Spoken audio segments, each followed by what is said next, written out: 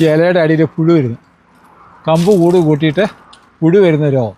ഇത് ഫസ്റ്റ് സ്റ്റേജിലാണ്. ഗ്രീൻ കളറാണ്. നമ്മൾ സംരക്ഷിക്കുന്ന പോലെ അതിൻ്റെ കായയുടെ വലിപ്പം കിട്ടുന്നതും അതിൻ്റെ രുചി കിട്ടുന്നതും. പ്രിയ കർഷക സുഹൃത്തുക്കളെ, നമ്മുടെ ചാനലിലേക്ക് നിങ്ങളെല്ലാവരും സ്വാഗതം ചെയ്യുകയാണ്. ഞാൻ നിങ്ങളെ ഇന്ന് പരിചയപ്പെടുത്തുന്നത് തായ്ലൻഡ് ചാമ്പയെ പറ്റിയാണ്. തായ്ലൻഡ് റെഡ് ചാമ്പയാണ് ഈ നിൽക്കുന്നത്. ഇത് ഒരു 3 വർഷം കഴിഞ്ഞ് 3-4 വർഷമായ ചാമ്പയാണിത്. ഈ ചാമ്പയുടെ പ്രത്യേകത എന്ന് പറഞ്ഞാൽ നല്ല മധുരമുള്ള കായ്കളാണ് ഇത് കിട്ടുന്നത്. നല്ല മധുരമുള്ള, നല്ല വലിപ്പമുള്ള, ഏകദേശം ഒരു ചാമ്പങ്ങയ്ക്ക് 100 മുതൽ 130 ഗ്രാം വരെ തൂക്കം കിട്ടുന്നുണ്ട്. അത് നമ്മുടെ നനവൊക്കെ ഭൂമിയിൽ കൊടുക്കുകയാണെങ്കിൽ കുറച്ചും കൂടി വെയിറ്റ് കൂടുതൽ കിട്ടും.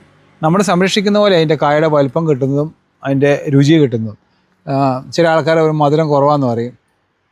നനവ് ഉണ്ടെങ്കിൽ അത് ചാമ്പ ആയിക്കോട്ടെ, ഏത് ഇനത്തിനാണെങ്കിലും ഏത് ഫലവൃക്ഷത്തിനാണെങ്കിലും മധുരം കുറയും. നനവ് ചെല്ലുന്ന സ്ഥലം നല്ല സൂര്യപ്രകാശം അടിച്ച് നനവൊന്നുമില്ലാത്തടത്താണ് നല്ല ടേസ്റ്റ് കൂടുതലായിരിക്കും, മധുരം കൂടുതലായിരിക്കും. അത് നമ്മുടെ ആ കാലാവസ്ഥയുടെ ഇതൊക്കെ അനുസരിച്ചാണ് അതിൻ്റെ മധുരമൊക്കെ വരുന്നത്.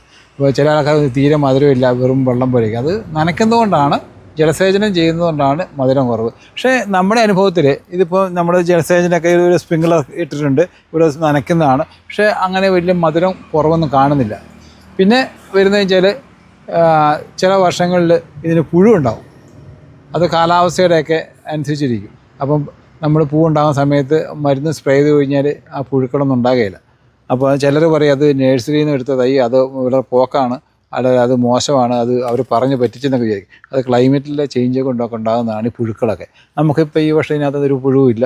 അതിന് സ്റ്റേജ് ഉണ്ടോ, നമ്മൾ കാ പിടിച്ച് നിൽക്കുന്ന സ്റ്റേജാണ്. കണ്ടോ, കൊലയായിട്ട് പിടിച്ച് നിൽക്കുകയാണ്. ഇത് ഫസ്റ്റ് സ്റ്റേജിലാണ്. ഗ്രീൻ കളറാണ്. ഇത് കളറ് മാറി വലിപ്പം വെക്കുന്നതനുസരിച്ച് കണ്ടോ, ഇത് സ്റ്റേജിലുള്ളതാണ്. അത് പല സ്റ്റേജിലുള്ളതിനകത്തുണ്ട്. ഇത് ഏകദേശം പഴുപ്പായി വരുന്നതാണ്. അപ്പം ഇത് ഇങ്ങനെ ഓരോ സ്റ്റേജിൽ മാറി വന്ന് വലുപ്പം വെച്ച് വരും. അതിൻ്റെ നിങ്ങൾക്ക് പഴുത്തത് ഞാൻ കാണിച്ചു തരാം. ഉണ്ടോ, പഴുപ്പ് നല്ല പഴുപ്പ് കളറായതുണ്ടോ, നല്ല ചുവപ്പ് കളർ വരും. ഇതിങ്ങനെയാണ്. ഇതിപ്പോൾ പറിക്കാനായതാണ്, നല്ല ചുവപ്പ് കളറുള്ളത്. ഇത് നമുക്ക് പാകമായതാണ്. ഇത് പറിച്ച് കഴിഞ്ഞാൽ നമുക്ക് ഭക്ഷിക്കാൻ പറ്റുന്ന ഒരു ഇതാണ്. ഇപ്പം ഞാനത് മുറിച്ച് കാണിക്കാം. പൊട്ടിച്ച് കഴിഞ്ഞാൽ ഉണ്ടോ, ഇതിനകത്ത് ഒരു പുഴുവില്ല, ഒന്നുമില്ല. അത് ചില കാലാവസ്ഥയിലൊക്കെയാണ് പുഴുക്കൾ കൂടുതലുണ്ടാകുന്നത്. അത് നമുക്കും ഉണ്ടാകാറുണ്ട്. അത് തൈയുടെ അല്ലെങ്കിൽ ഇനത്തിൻ്റെ ഒന്നും അതല്ല, നമ്മുടെ കാലാവസ്ഥയിലുള്ള വ്യതിയാനം കൊണ്ട് വരുന്നതാണ് ഈ പുഴുക്കളൊക്കെ. അപ്പോൾ ഈ വർഷം ഇത് പുഴുവില്ല, ഇനി ഒന്നും പ്രശ്നമില്ല. അപ്പം ഇതാണ്, നല്ല ടേസ്റ്റാണ്, നല്ല മധുരം. ഇതിപ്പം നമ്മൾ സൂപ്പർ മധുര. എനിക്ക് മധുരം കഴിക്കാൻ പറ്റത്തില്ല, എങ്കിലും നമ്മൾ ഇടയ്ക്ക് കഴിക്കും.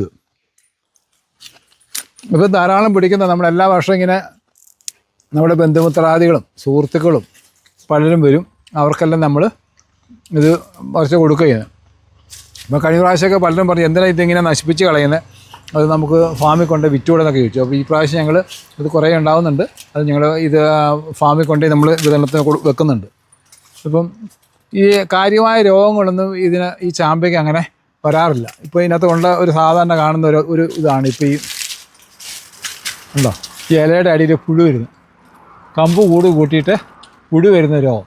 ഇതിന് നമ്മൾ ചെയ്യേണ്ടത് ഇത് കൂടുതലായി കഴിഞ്ഞാൽ ഇത് കമ്പ് ഉണക്കി കളയും. കാരണം ഇത് രാത്രി ഇത് ഇറങ്ങിയിട്ട് ഇതിൻ്റെ പുഴുക്കൾ ഇറങ്ങി ഇതിൻ്റെ ഇതൊക്കെ തിന്നും.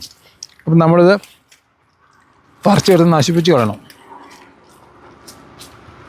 വേറെ കാര്യമായ രോഗങ്ങളൊന്നുമില്ല. ഇതിൻ്റെ ഈ ചാമ്പയ്ക്ക് 2-3 കളറിൽ ചുവപ്പുണ്ട്, പച്ചയുണ്ട്, വെള്ളയുണ്ട്. 3 കളറിൽ വരുന്നുണ്ട് ഇത്. അപ്പോൾ 3 ടൈപ്പ് ഇത് വരുന്നുണ്ട്. ധാരാളം നമ്മുടെ കാലാവസ്ഥയ്ക്ക് അനുയോജ്യമായ ഒരു ചാമ്പനമാണ്. നിറച്ച് കായ് കിട്ടും. ഇത് നമുക്ക് വേണമെങ്കിൽ പാകമാകുന്നതിന് മുമ്പ്, ആ ചുവപ്പ് കളർ വരുന്നതിന് മുമ്പ് വേണമെങ്കിൽ പറിച്ച് അച്ചാറിടാൻ പറ്റും. പിന്നെ വൈനാക്കാൻ പറ്റും. അങ്ങനെ പല ഇതിലായിട്ട് നമുക്ക് ഉപയോഗിക്കാൻ പറ്റും.